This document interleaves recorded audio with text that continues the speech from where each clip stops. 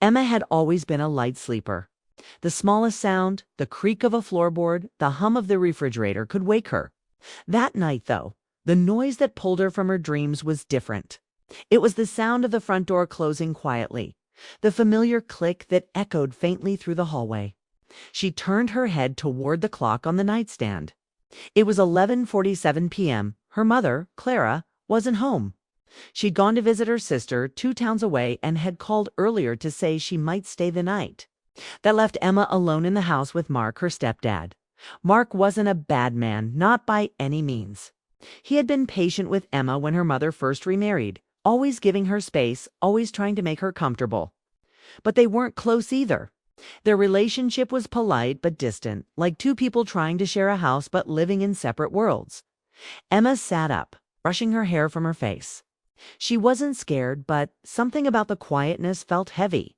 The kind of quiet that feels like it's waiting for something. She pulled her blanket tighter and stared at the door. Then came a soft knock.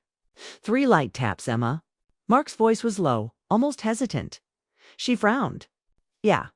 There was a pause. Are you awake? Kind of. What's wrong? I just wanted to check if you're okay, he said. There's a storm coming in. The wind's picking up, might get bad. Emma blinked. She hadn't even noticed the weather. Now faint thunder rolled in the distance, and rain started pattering against the windows. Oh, I'm fine, she said. Just reading before I sleep. Mark stood in the doorway, one hand resting on the frame. He looked tired, the kind of tired that goes deeper than just needing sleep. His shirt sleeves were rolled up, his hair slightly damp from outside. He'd probably gone to bring in something from the porch. All right, he said, offering a small smile. If you need anything, I'll be downstairs. 'Kay. He hesitated again, as if he wanted to say something else. But then he nodded, gave her another quick smile, and disappeared down the hallway. Emma lay back down, but her thoughts didn't settle. Something about the look in his eyes stayed with her, a kind of quiet sadness. Mark had always seemed steady, calm, almost unshakable. But lately, ever since her mom's frequent trips for work, he'd looked different. Distant. The storm outside grew stronger. Wind rattled the windows, and the old house groaned in protest. Emma reached for her phone, trying to distract herself with music.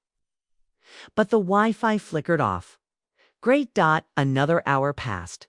She must have dozed off because when she opened her eyes again, the power was out. The only light came from the faint flashes of lightning beyond the curtains.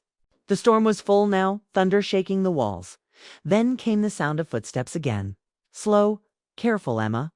This time she sat up immediately. Mark, yeah, he said softly. Power's out. Just checking on you again? She relaxed a little. It's okay. I'm fine. Just a bit jumpy. Understandable, he said. Do you want me to bring a flashlight or a candle? Maybe a candle, she admitted. It's too dark. He came in with a small candle holder, the flame flickering against his face.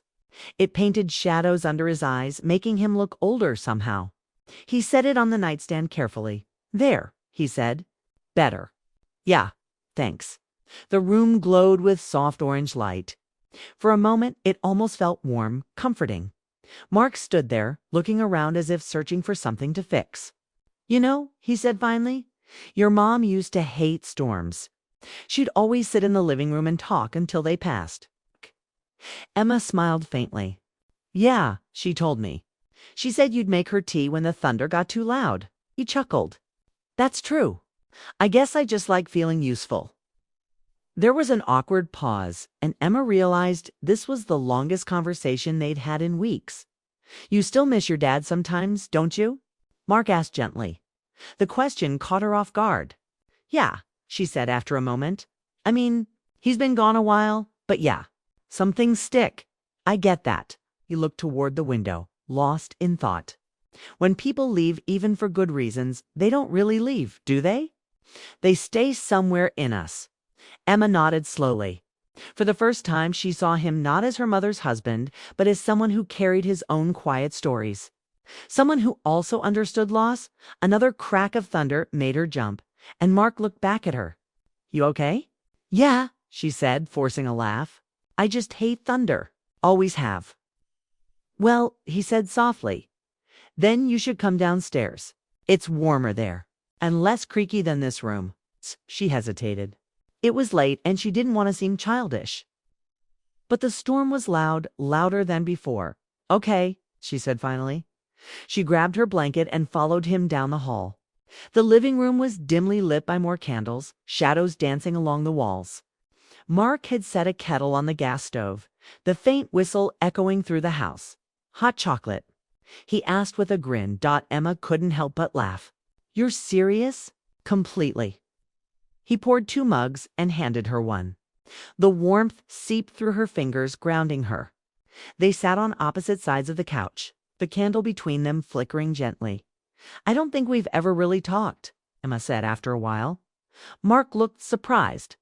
Maybe not. I guess I was always worried I'd say the wrong thing. You don't have to worry, she said quietly. You're not bad at talking. That made him smile. That's good to know. The clock on the wall ticked softly. Outside, the storm began to ease. But inside, something else had shifted, something quieter, unspoken. They sat there in comfortable silence, sipping their drinks. The warmth of the chocolate, the glow of the candle, the soft sound of rain, it all made the moment strangely peaceful then. Just as Emma thought the night would end there, Mark spoke again.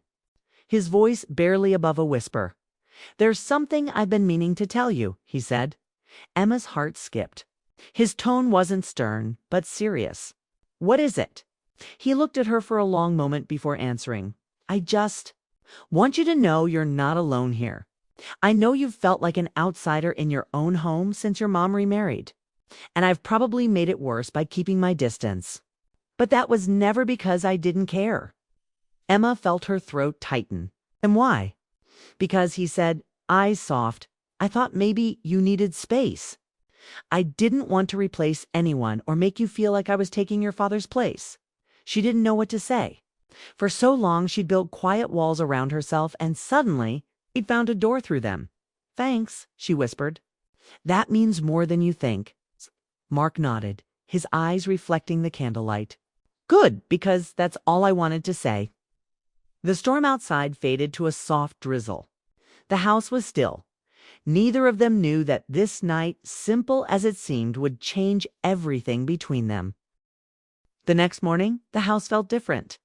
The storm had passed, leaving a quiet calm and a lingering smell of wet earth.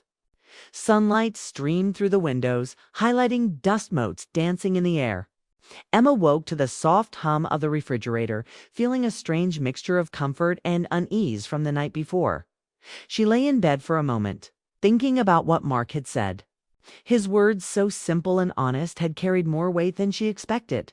She realized she hadn't really seen him for what he was, a person with feelings, fears, and intentions she had never tried to understand. All she had known before was his distance. A polite but distant stepdad who rarely crossed the invisible line she had built around herself. Her phone buzzed on the nightstand. A message from her friend Sophie popped up. Morning.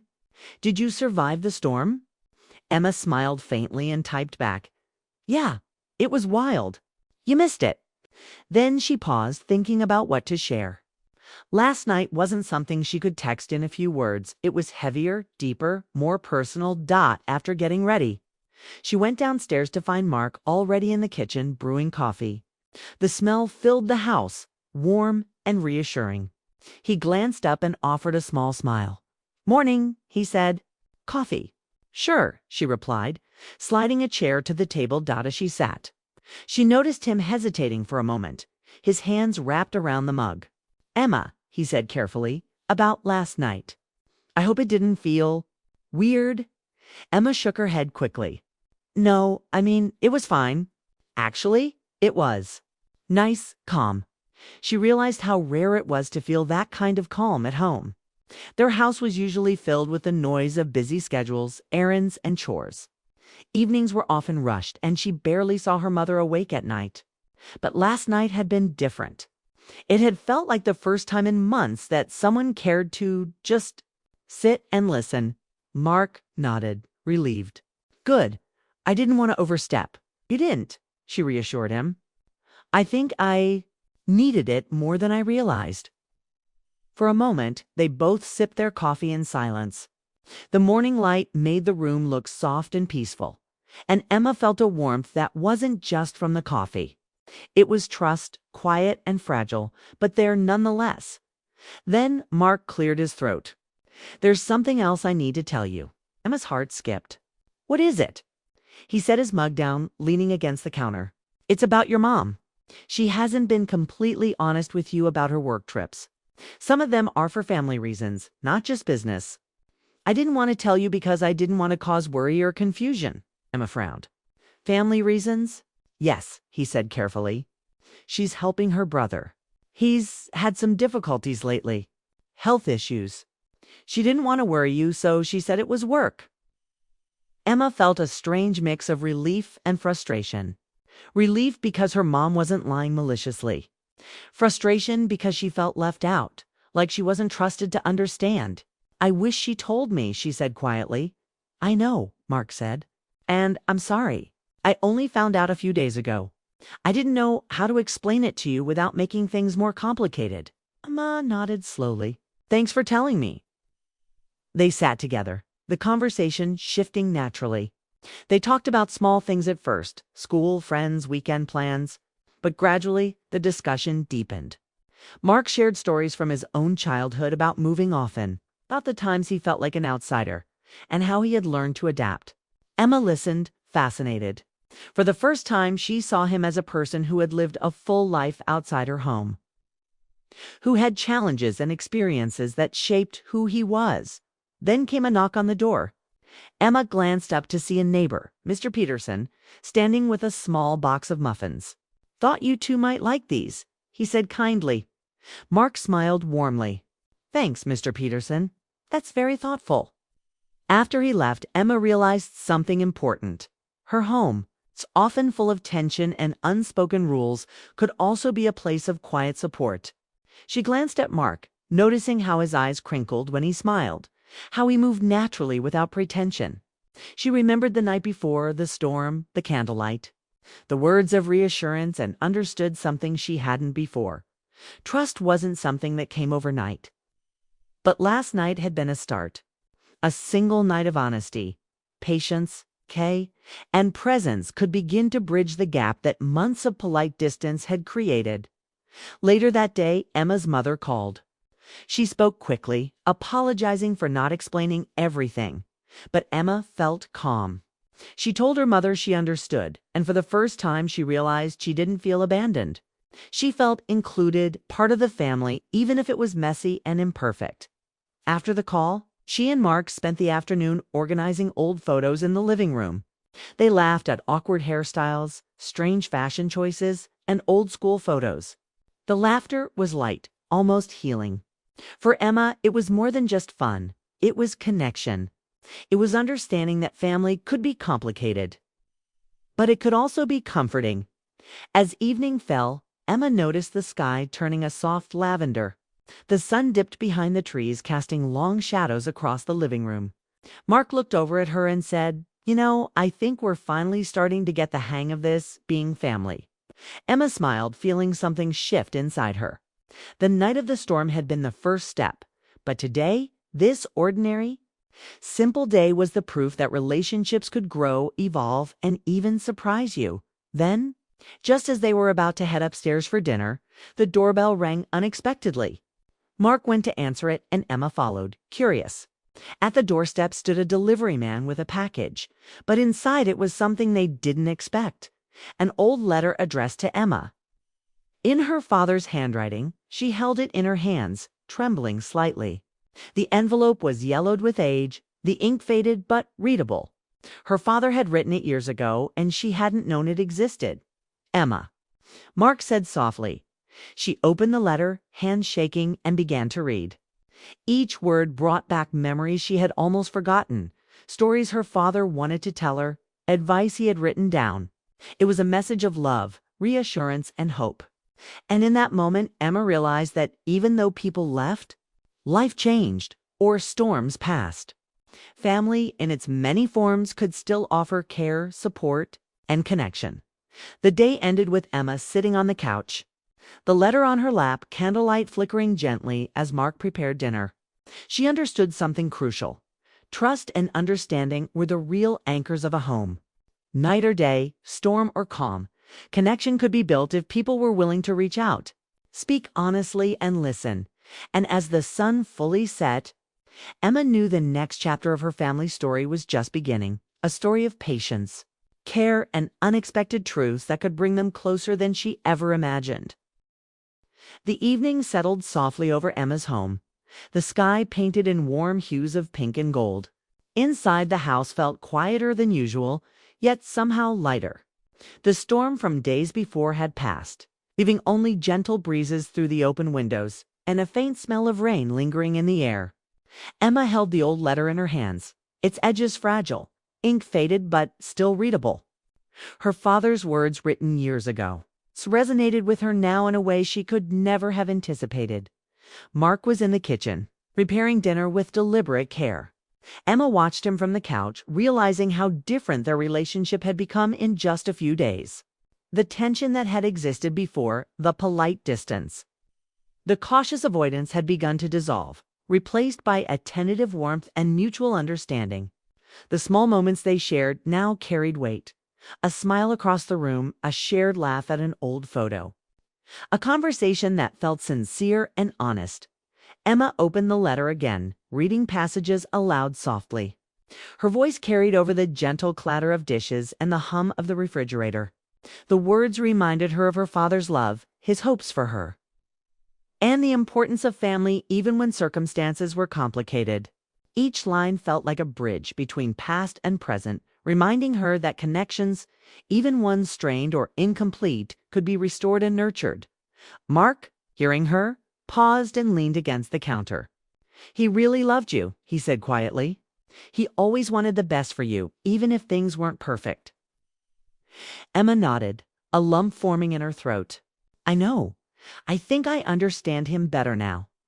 And maybe understand myself too." For the first time in weeks, she felt a calm clarity. The emotions from the stormy night, fear, confusion, worry, were still present, but they no longer held her captive.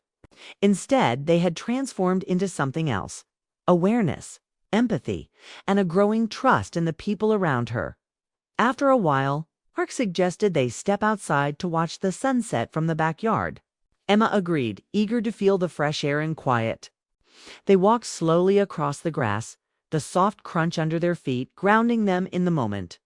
The sky above was alive with color, streaks of pink, orange, and purple blending into the approaching night. It felt like a metaphor for their lives, messy, unpredictable, but capable of creating beauty if you paid attention. "I never thought I'd feel this way about Rapi. I never thought I'd feel this way about us," Emma admitted, her voice almost a whisper. "I mean, our family. I thought it would always feel awkward, like something was missing." Mark smiled gently. "I know, I thought so too. But I guess sometimes it takes a few storms, a few honest conversations, to see the truth." They stood in silence for a few moments, the only sounds the rustle of leaves and distant bird calls returning to the neighborhood after the rain. It was peaceful, the kind of peace that made Emma feel like she could breathe fully again. Later that evening, Emma's mother returned home. The moment was quiet but filled with subtle emotion. She apologized again for keeping certain things from Emma, explaining that she had only wanted to protect her. Emma listened, her heart softening. She realized that her mother's choices, while imperfect, came from love, and she felt a renewed sense of connection to both her parents, past and present. As dinner began, the three of them sat together, sharing stories, laughing, and talking about plans for the coming week. The conversation flowed naturally, unforced, and for Emma, it was a revelation. Family didn't have to be perfect to be meaningful. It could be messy, awkward, even complicated, and yet still full of love, support, and understanding. After dinner, Emma returned to the living room with her letter. She read it one last time, committing the words to memory. Her father's encouragement, his wisdom, and his warmth had left a mark on her heart. She realized that the lessons of the past didn't need to be forgotten. They could guide her forward, shaping her relationships and decisions. Mark joined her, sitting beside her on the couch. They talked about simple things, school, hobbies, favorite movies, and Emma noticed how easy it felt to share these small details now. The barriers that had once separated them were gone, replaced by respect, trust, and a growing sense of familial love. As night fell, the house settled into quiet. Emma climbed into bed, her thoughts calm, her heart light. She reflected on the past few days, the storm, the night of tension, the revelations, and the small moments of connection that had followed. She realized that life would continue to present challenges, misunderstandings, and unexpected events. But she now had the tools to face them with patience, honesty, and compassion. The following morning, Emma woke to the sound of birds and sunlight spilling into her room. Mark was downstairs making breakfast, and her mother was already awake, humming softly while preparing coffee. Emma felt a warmth she hadn't noticed before, a sense of home, of belonging, of being truly seen. She realized that the people around her, though imperfect, were willing to try to grow. And to care. Emma went downstairs carrying her letter. She handed it to her mother. "I wanted you to see this," she said softly. Her mother took it, reading a few lines, and then looked at Emma with tears in her eyes. "Thank you for sharing this with me. It's beautiful." Mark joined them, smiling, and for the first time in a long time, the three of them sat together in quiet contentment. The house, once tense and filled with unspoken rules, now felt alive with connection, trust, and love. They had faced storms, both literal and emotional, and had come through stronger, closer, and more understanding of one another. Emma realized something important. Family was not about perfection. It was about presence, honesty, empathy, and the willingness to see each other as human beings, flawed, growing, and capable of love. The days that followed continued in a similar rhythm, filled with laughter, small gestures of care, and moments of reflection. Emma, her mother, and Mark began creating new routines, movie nights, shared meals, walks after dinner, and each small ritual reinforced the bonds. Between them, Emma often thought back to the night of the storm, remembering how fragile her sense of safety had felt. But she also remembered the honesty, the patience, and the quiet moments that had followed, teaching her that trust could grow from even the most unexpected situations. By the end of the week, Emma felt a profound change within herself. She understood her stepdad in a way she never had before, appreciated her mother's efforts, found a renewed sense of confidence in her own ability to navigate life's complexities. She knew that challenges would arise, but she felt prepared, supported, and connected. That night, as she lay in bed, Emma held the letter once more. The words seemed to glow in the soft candlelight from her bedside lamp. She whispered a quiet thank you to her father, to Mark, and to her mother. For the first time in a long time, she felt truly at peace. The storm had passed. The secrets had been revealed, and the bonds of family had been strengthened. Emma realized that life's true surprises were not always dramatic or dangerous. Sometimes they were quiet, heartfelt, and transformative. And in that quiet, she felt ready to face whatever the future might bring, knowing that love, honesty, and connection would always guide her home.